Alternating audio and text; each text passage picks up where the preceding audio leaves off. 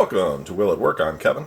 In this series we check out my game console collection. I believe it is the largest collection in the world of unique game systems. And we try to find out if they work. Today we have Dreamwork's Dragons starter pack. This is another hero portal. This one's been open, so we're probably going to look at this one. I'm getting very close to the end in terms of what I would call current consoles in my collection. If you've been following this series, I don't know where this particular one's going to land because I record a lot of these videos ahead of time. But if you've been following this series, you know, we're probably close to 300 or around 300 units by the time you're looking at this. And I am getting near the end of things that are in my collection, basically. Now, I'm getting to the point where I'll be adding new things slowly. So, if you've been following the series, I put up a video once a day of one of my consoles, and we've been doing this for almost a year. And yeah, I don't think we're going to get a full year's worth of consoles. I don't have 365 units, I don't think. I haven't counted what's here, but I still have a fairly decent number. Now, one of the problems I've been having, and things have sort of slowed down, although you wouldn't notice because you see these once per day, but a lot of these consoles that I have at the tail end have been units that I've either struggled to find a game cartridge for, or they have some sort of mechanical issue, and I have been working on fixing them.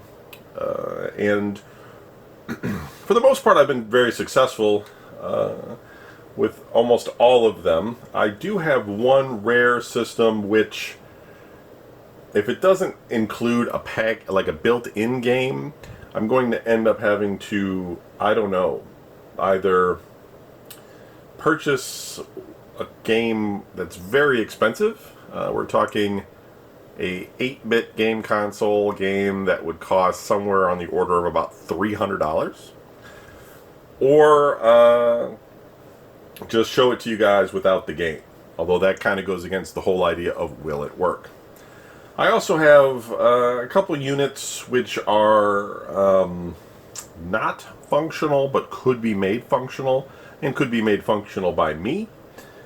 So I'm going to look at those and then decide if I'm going to spend the time fixing what's wrong with them, or just show them to you guys broken. And of course, I will continue to add things to my collection. My goal here with this, well, other than the fact then to have the largest collection of unique game consoles, which I believe I have, my ultimate goal here is to continue to collect systems until I'm about 65, and at which point I can't keep things forever. We're all going to die, and I'm not going to go to my grave with a mountain of game consoles in my house for my nieces to inherit, because they won't know what to do with all of them. So probably, if I make it to 65, I mean, I could die any day and that could also happen to them, so what are you going to do? But if I make it to 65, I'm going to sell them. I, of course, would sell all of them in one giant package to a wealthy purchaser, but the price would have to be really high. It's not just so much the value of all of these units, but it's really the time that it takes to seek out, find, and collect all of these units. My one friend told me, you should put all these in a museum. And it's like, is there, you know, I know that there's the video game console museum and everything like that, but there's no award going to me if I give them, you know, $100,000 in game consoles. Like, that's just stupid. I could open my own museum, but how would I pay for it? That, you know, that would also be dumb. So, yeah, it just looks like this is the museum, these videos that I'm putting together. But anyhow, we're a long ways away from then to now. I'm not anywhere near 65 at this point, so we are going to be collecting for a long time. And video games constantly also transform into other things, you know, like other platforms. We're getting closer and closer to just like hardware being sort of agnostic and games being made streaming and online downloads and everything, where you're no longer having downloadable media and the games can be played on virtually any platform type of thing. We're not there yet, obviously, but it seems like we're getting to a point where we're going to have a diminishing rate of return on people purchasing new consoles. And I think that people will get their gaming fix from other places that are more affordable than dropping, you know, $500 on a game console for very minor graphical upgrades. And, you know, these consoles do come down in price, and games continue to be marketed on there. But it's also just a thing from a collecting standpoint where, let's say we get to like PlayStation 7, and PlayStation 7 is all online, and you just download games to it, or maybe you stream games straight to it, okay? It's sort of like, as a collector, you know, you're dependent on that service. You're dependent on Sony providing that streaming service or that downloadable store service, and, you know, when that goes away, your console may no longer function. You know, you may be able to play those games on a different console or go someplace else, but it's the collection of the console itself. Like, if the console no longer plays the games and it just becomes more of a hub of some sort, then, you know, probably not going to be worth collecting, because it'll, you know, have no real intrinsic value 20 years later, because you won't be able to play any of the games that were made for it unless you happen to have access to, you know, Sony servers and that sort of thing. And it's not just Sony, Microsoft, everybody's going this way. But technology keeps changing, and the dynamics of it all keep changing, and we don't really know what's going to come one day to the next. Yeah, we'll just keep going. We'll just keep going, and I'll keep collecting as much as I can and I can afford. And yeah, we'll see how it is. So, Dreamworks Dragons. Let's get back to this. It's another one of these plug-and-play games. It has the little base unit. You put these things on, it unlocks areas of the game. And is the game any good? Most of these Jakks Pacific games are not very good. There's a few that are okay. Probably not going to be this one, but we'll battery it in and wire it up, and we'll see what it looks like. Here we go. We are looking at Dreamworks Dragons. I never really watched this. I don't know if it's like a movie or a TV show. I think it was a movie at one point, but couldn't say for sure. It says continue game. What if you just wanted to play from the beginning?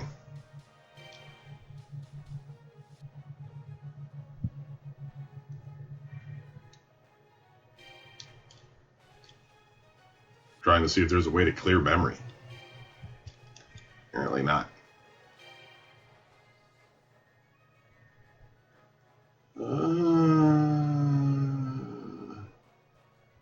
Somebody only played this 7% completion. Probably wasn't all into it.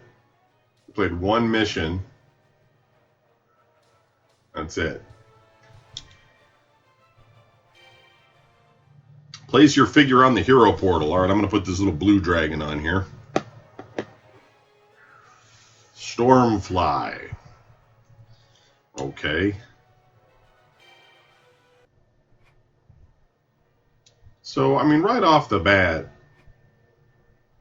I mean, in terms of like a still picture type of thing, that's even better than 16-bit graphics right there. I mean, I know that's just a static image, but 16-bit couldn't give you a full color display like that in most cases, because it's just the colors, there weren't enough of them. Although, I mean, I'm pretty sure this is just going to be a 16-bit type shooter, but I would say I'd be curious as to what the graphics engine is in this particular unit, because this is better than what we see that from essentially all of the Jakks Pacific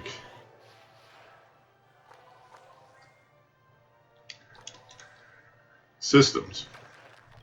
Right? I mean, this looks like, at the very least, it looks like, you know, the type of graphics you would have seen in like Donkey Kong Country on the Super NES. I'm not saying it's like as good as Donkey Kong Country as a game. This is just basically a side shooter, really, which isn't the worst thing in the world.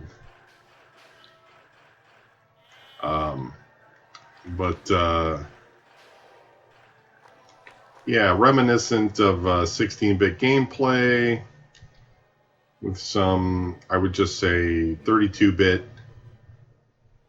graphics, static graphics, and maybe even these graphics are 32-bit. If we're just talking the history of gaming, I mean, who knows? Oh, that was it? What the fuck happened?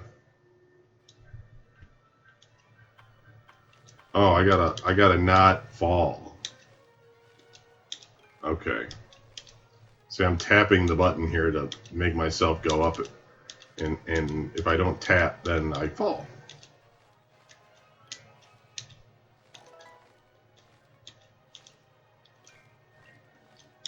It's pretty basic.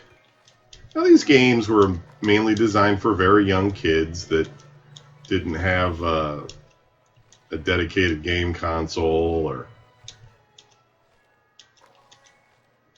if they did, you know, who knows? But, you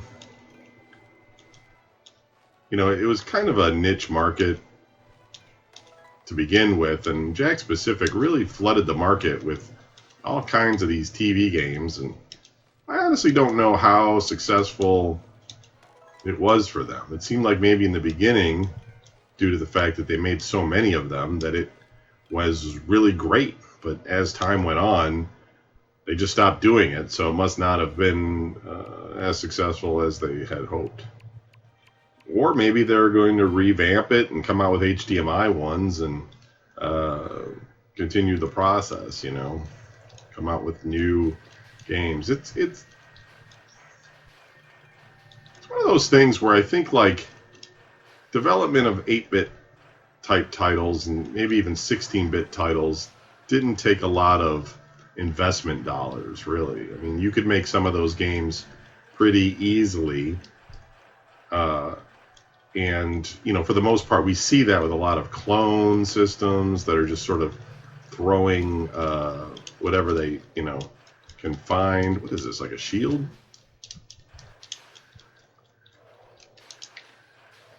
And then, you know, it's like, so